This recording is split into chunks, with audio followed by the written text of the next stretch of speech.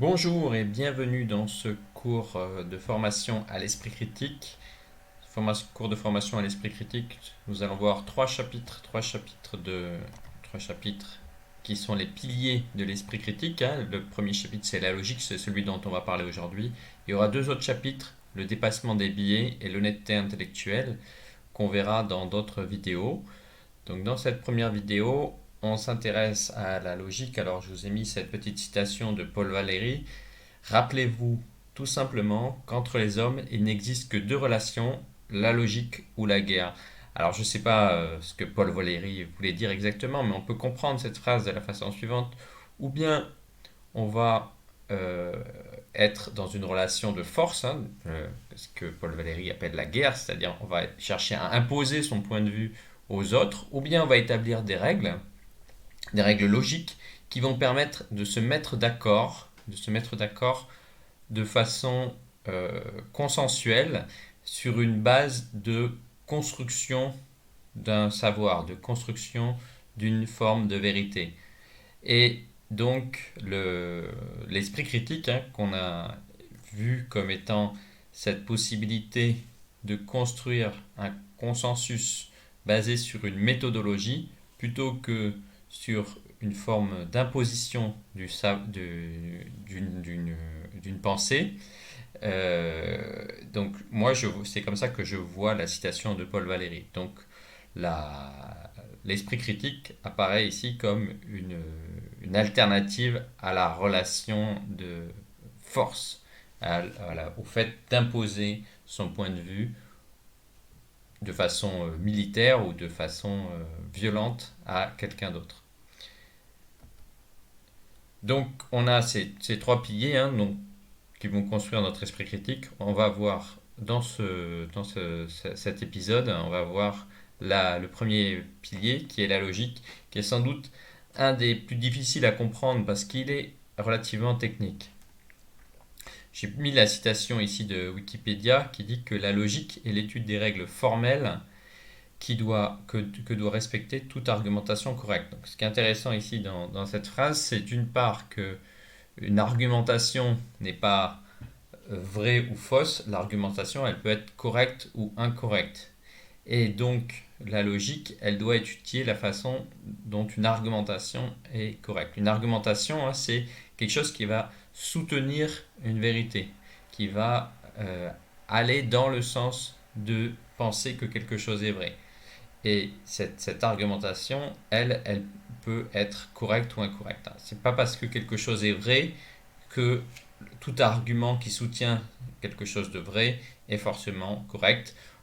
On a vu par exemple l'exemple de si je dis la Terre est ronde parce que les balles de tennis sont rondes, peut-être que c'est vrai que la Terre est ronde, mais l'argumentation qui consiste à dire que c'est parce que les balles de tennis sont rondes que la Terre est ronde, cette argumentation est incorrecte. Et deuxième chose intéressante dans cette phrase, c'est la notion de règle formelle. Et on va voir que la notion de règle formelle ou de système formel est extrêmement importante en logique et doit être bien comprise dans la construction de la vérité du point de vue de l'esprit critique et du fait que les vérités ne sont pas toutes au même niveau et que les vérités des systèmes formels sont à un niveau différent des vérités des sciences naturelles ou d'autres disciplines comme l'histoire par exemple. Donc, qu'est-ce que la logique? La logique, c'est le réceptacle de la vérité. Le réceptacle, il doit être posé avant ce qu'on va mettre dedans. Et pensez par exemple que si vous remplissez un verre, il faut d'abord mettre le verre sur la table avant de verser l'eau. C'est pas une fois que vous avez versé l'eau qu'il faut sortir le verre. D'abord, on place le verre, d'abord on place le réceptacle, ce qui va servir de contenant, avant de placer le contenu. Donc, il est assez naturel de parler de la logique avant de parler de la vérité. Donc, savoir qu'est-ce qui va contenir la vérité, ça doit être placé avant la vérité. Avant de savoir ce qui est vrai, et c'est intéressant de savoir comment on va organiser la vérité. Une autre image, ça pourrait être l'image de la bibliothèque. D'abord, je construis une bibliothèque. Pour l'instant, dans ma bibliothèque, il n'y a pas de livres, il n'y a pas de savoir. Et une fois que ma bibliothèque sera construite, je pourrai commencer à installer mes livres à l'intérieur. Donc la logique n'est pas en soi une vérité, hein. Il n'y a pas de connaissance, mais c'est un support pour la connaissance. La logique permet d'organiser les vérités entre elles suivant divers processus. Alors, on va voir 4 processus. Le premier processus qui est très simple à comprendre, c'est l'accumulation. Si j'ai ma bibliothèque à côté d'un livre, je pourrais mettre un autre livre.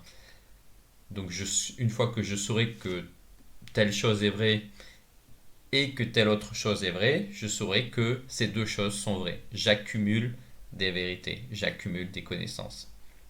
La deuxième chose, c'est la généralité. Si j'ai des vérités qui se ressemblent ou qui sont construites suivant un même schéma, on peut commencer à faire une généralité. On verra un exemple tout à l'heure. L'existence, c'est savoir que quelque chose existe. On verra le lien entre l'existence et la généralité. Et ce qu'on va essayer d'étudier en détail dans cette partie, c'est la relation de cause à effet. Si quelque chose se produit, alors quelque chose d'autre se produit. C'est une relation de cause à effet. On va voir ça en détail. Donc,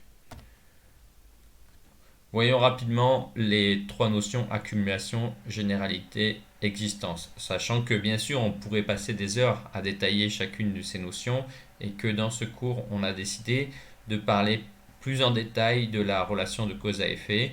Mais essayons de comprendre rapidement ces trois notions. Donc lorsqu'on connaît deux vérités, on peut considérer la vérité qui consiste à dire ces deux vérités en même temps. C'est l'accumulation. Souvent en français, c'est simplement noté par la conjonction et. Je sais ça et je sais ça. Donc je sais ça et ça.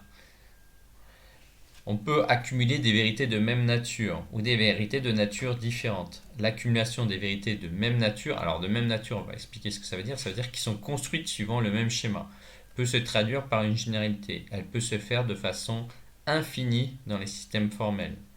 Par exemple, si je dis la somme de deux nombres pairs est un nombre pair, c'est une généralité qui parle de tous les nombres pairs.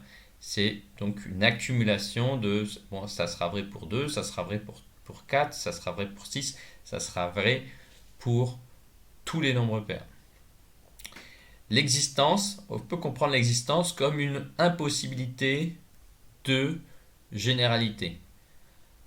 Impossibilité de la généralité du contraire. Donc on va voir l'exemple avec les signes. Si je dis le signe A, ils sont où les signes? Voilà les signes. Si je dis que ce signe est blanc, ce signe est blanc, ce signe est blanc, ce signe est blanc, ce signe est blanc, ce signe est blanc, au lieu de dire ça, je vais dire tous les signes sont blancs. On passe d'une accumulation de phrases qui sont construites suivant le même schéma, le schéma, le signe A est blanc et le signe B est blanc et le signe C est blanc. À la place de faire toutes ces répétitions, on va dire simplement tous les signes sont blancs. On peut accumuler aussi des phrases qui sont pas construites suivant le même schéma. Si je dis l'herbe est mouillée et l'herbe n'a pas été arrosée, ce sont deux phrases qui parlent de l'herbe, mais elles ne sont pas construites suivant le même schéma. On ne peut pas, à partir de ces phrases, on peut créer une accumulation, mais on ne peut pas créer une généralité. L'existence, par exemple, le fait qu'il existe un signe noir, ça apparaît comme une impossibilité de la généralité du contraire. L'existence d'un signe noir, ça dit que finalement, on ne peut pas généraliser et dire que tous les signes sont blancs. En fait, l'impossibilité de la généralité de dire tous les signes sont blancs, ça serait de dire il existe un signe qui n'est pas blanc. Donc on retient cette idée, la généralité est une accumulation d'un grand nombre de vérités de même nature, c'est-à-dire construites suivant le même schéma. Et l'existence apparaît donc comme une impossibilité de la généralité du contraire. Ok, venons-en maintenant à la partie qui va nous intéresser le plus dans cette vidéo, c'est la relation de cause à effet. Donc, on construit une phrase de la façon suivante. On met cause, donc effet. On peut aussi construire d'une autre façon, mais nous, on construira toujours suivant ce premier schéma. On pourrait aussi dire puisque cause, on a effet. Cause et effet, ce sont des notions relatives, c'est-à-dire qui n'ont de sens que dans une relation. Un effet dans une relation peut être une cause dans une autre relation. Un effet peut avoir une cause qui est une accumulation ou avoir plusieurs causes différentes. Il faut bien comprendre la nuance entre ces deux choses. On va voir des exemples. Je dis le chat a faim, donc il miaule. La cause, c'est le chat a faim. C'est parce que le chat a faim qu'il miaule. Il faut faire très attention parce que nous, on observera souvent l'effet, la conséquence. À la place de effet, on dit aussi des fois conséquence. On peut très souvent observer un effet et en induire une cause. Quand j'entends que le chat miaule, je me dis, s'il miaule, c'est probablement parce qu'il a faim. Et ce raisonnement qui va aller de l'effet vers la cause, c'est un raisonnement par induction. Le raisonnement par induction, c'est souvent celui qu'on fait. Et c'est parce que j'entends le chat qui miaule que je sais qu'il a faim. Mais ce raisonnement, il est par rapport à moi, par rapport à ma connaissance. Mais la cause, c'est le chat a faim. Et la conséquence, c'est le chat miaule. Mais là, par rapport à ma connaissance, c'est j'entends qu'il miaule et je sais qu'il a faim. Donc, il faut faire très attention parce qu'ici, on verra ça en détail quand on verra le dépassement des biais. Il y a toujours un biais qui est par rapport à moi. Par rapport à moi, j'ai l'impression que il a faim parce qu'il miaule. Mais en fait, c'est je sais qu'il a faim parce que j'entends qu'il miaule. Ça, c'est la relation par rapport à moi. Mais la vraie relation, la relation logique, c'est parce que le chat a faim, il miaule. Le chat a faim, donc il miaule. Donc il est extrêmement important de bien comprendre la relation de cause à effet, qu'elle est dans le sens contraire de la relation souvent dans laquelle je découvre les choses.